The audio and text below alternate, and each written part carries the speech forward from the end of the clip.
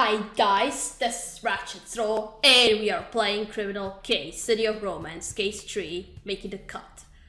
Let's unlock Chapter 2 and Leah has yet another clue for us. I found your victim's address. I sent the details to your phones. Good work, Brigadier Bonnet. Let's go investigate the victim's home, Katerina. Or is it supposed to be pronounced Bonnet without T? And I want to cover the picture. That's you trying out the dress and yet somebody comes and kills you. Is it because of the dress or was there something else involved? If it's all about the dress, then the lead suspect would be Pilserfeld.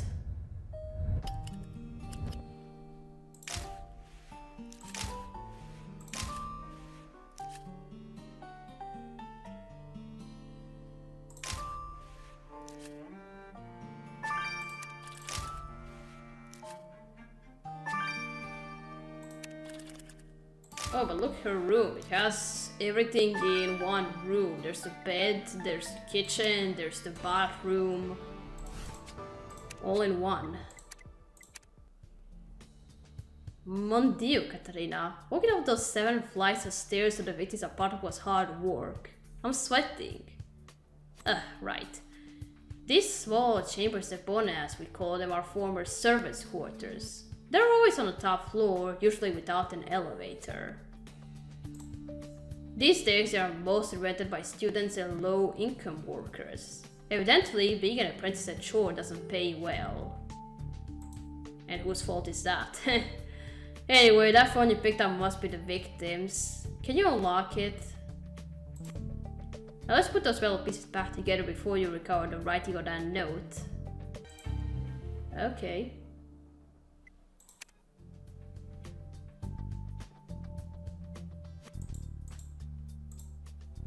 Alright, let's unlock the phone.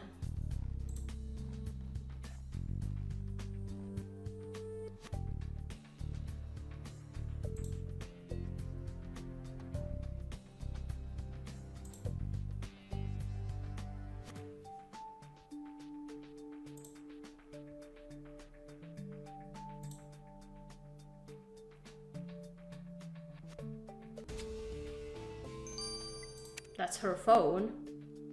Katerina, if there's anything of interest on the victim's phone, Emil will find it. Okay.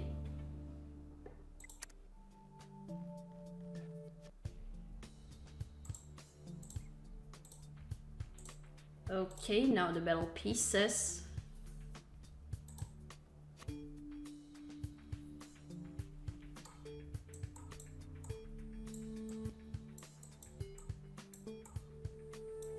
What's this supposed to be? Katerina, this video on the cigar cutter is out of a mob head honcho, Antonin Macaron. Well, that's a cigar cutter. And Macaron is back on our suspect list. But what would a mobster be doing in the home of an apprentice seamstress? Let's ask Macaron to explain himself. Yeah, Macaroni, what are you doing now?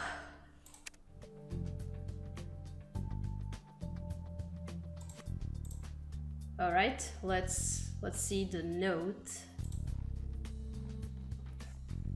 A big thank you for a wonderful evening, mon petit chou, Valentine 4.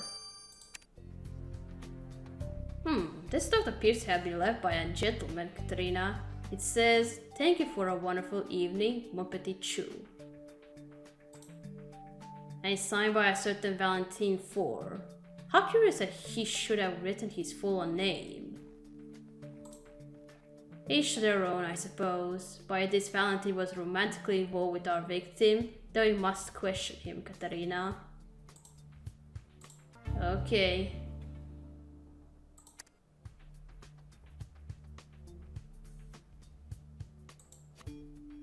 Let's first talk to Macaron. Ah, Detective Katerina and Officer Monsieur. Always a pleasure. What can I do for you? You could tell us what your cigar cutter was doing in Beatrice Sanchez's room. Why so accusing, Officer Mercier? Mademoiselle Sanchez rents one of the many apartments I own. Why do you ask? Because we found Beatrice murdered at her workplace earlier today. Sut! Mademoiselle Sanchez is dead? What a shame. She always paid on time and kept the place clean. But no matter, this is Paris. I'll have 50 people lined up to replace her by the time I drank a cup of whipped coffee. Okay.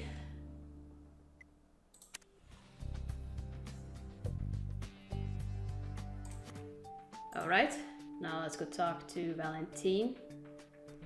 Monsieur Faure, you're investigating the murder of Beatrice Sanchez. We believe that you knew her. Beatrice is dead? That's terrible.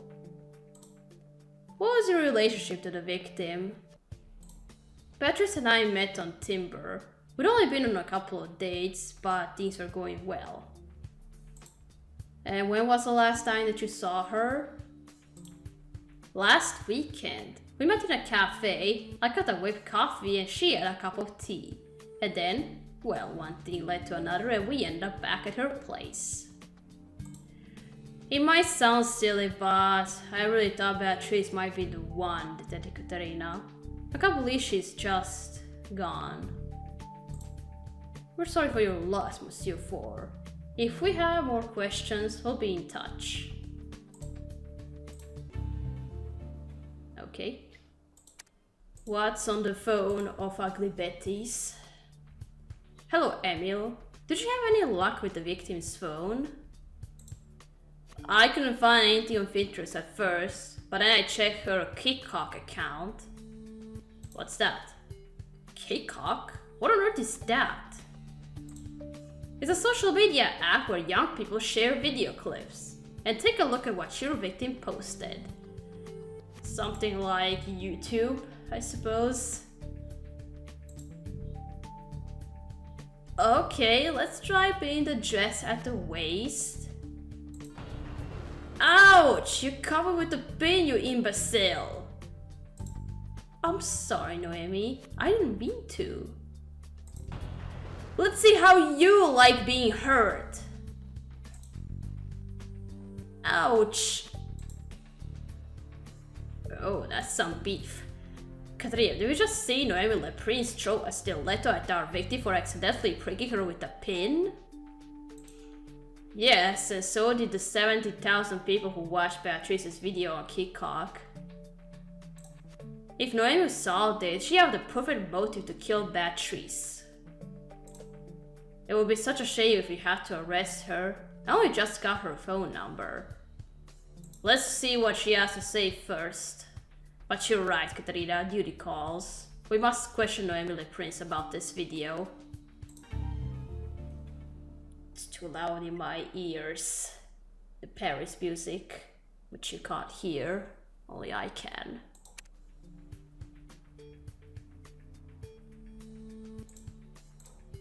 Okay, let's talk to the model again. Mademoiselle Leprince, you claimed your relationship with Beatrice was cordial when we spoke to you earlier, but the video she posted on Kika suggests otherwise. Ugh, that video. I still can't believe Beatrice posted it. Do you know what they're saying about me in the press? That I have anger management issues. Well, it did seem like it. I spent years reading Flower magazine, dreamed of being on the cover, and now my agent says that I might lose everything I work for, all because I hurt some of Princess's feelings. So you killed Beatrice in revenge for her hurting your career? Is that it? No, I fantasized about throwing my piping hot whipped coffee in her face, or clawing her eyes out with my freshly manicured nails. But I couldn't risk doing any more damage to my career. Well, Mademoiselle Leprince, if we discover that you let your rage get the better of you, it will cost you more than just your career. Now, Katerina, since we know the group passed through the rooftop of the victim's workplace, I say we take another look there. Oh, it could be you.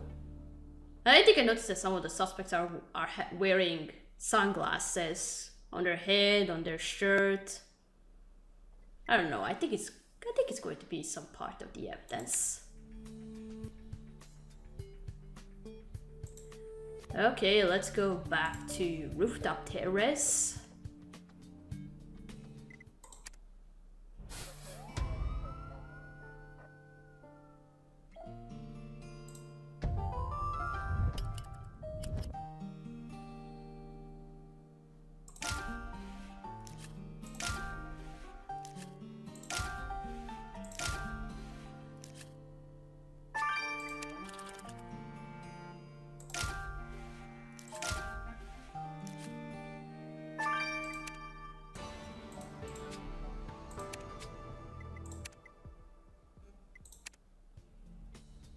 Katria, this writing pad has suggestions for Beatrice written on it.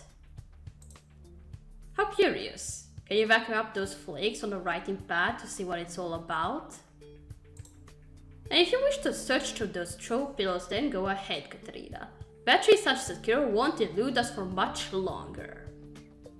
Okay.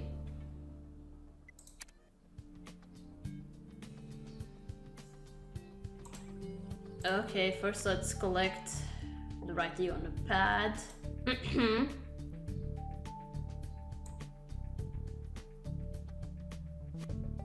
Eyelids lifted, access, thinner nose. What is this? Some plastic surgery? Think. Katria, vacuuming up those flakes revealed a sketch of our victim. Are those suggestions for cosmetic surgery procedures? I have a horrible feeling these suggestions were unsolicited, Katerina. Let's put those flakes under the microscope so we can ask the culprit themselves. Well, I will not speak ill of the dead, no.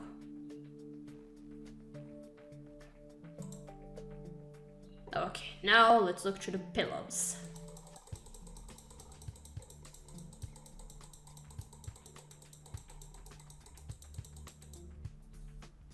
A to-go cup with blood on it. Excellent work, Trina. That reusable coffee cup you found among the throw pills is covered in blood. We know the killer came up here after the murder and that they enjoy coffee. Might that blood on the cup be our victims? And so we'll know. Okay.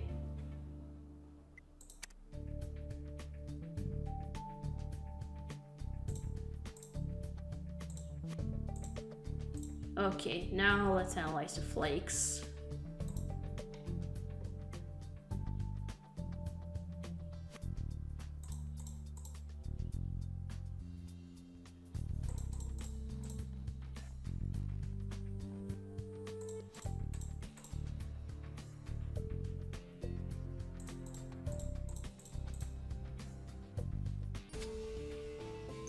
Cat litter.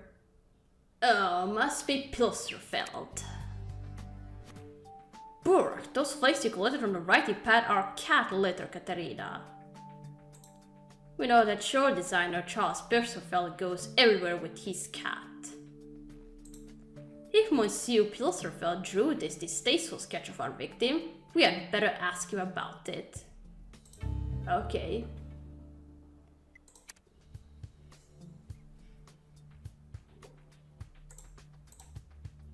Alright, let's talk to him.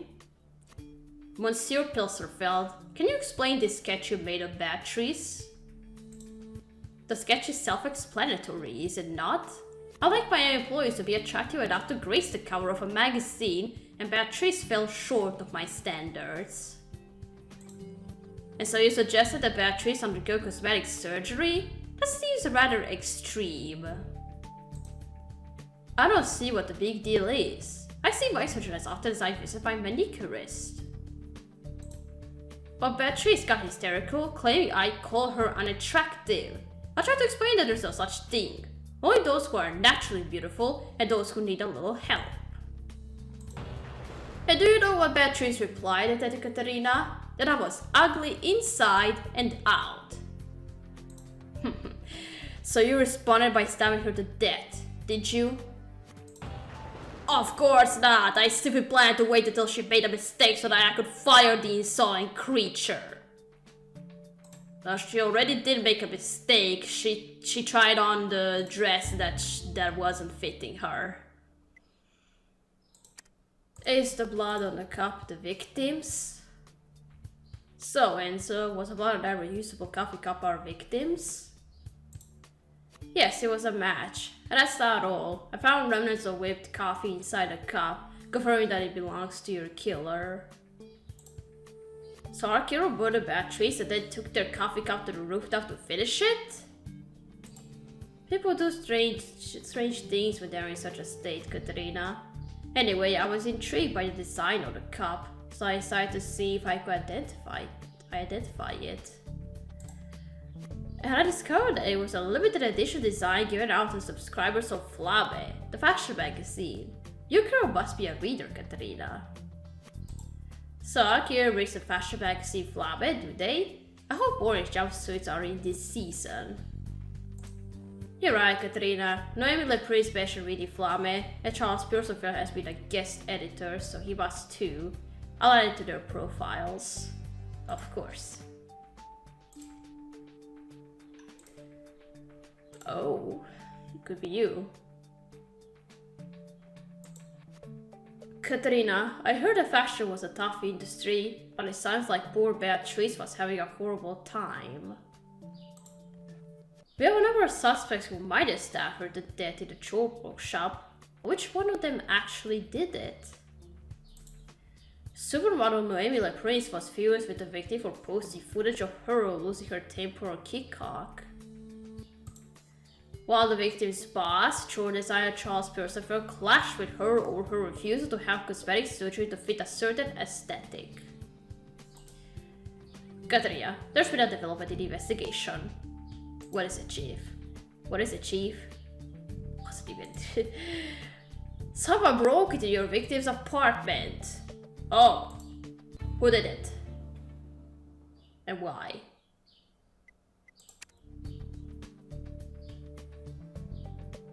Alright, we gotta stop here. We gotta continue playing in chapter 3. So, thank you for watching. Don't forget to leave a like to this video, and I'll see you again. Goodbye!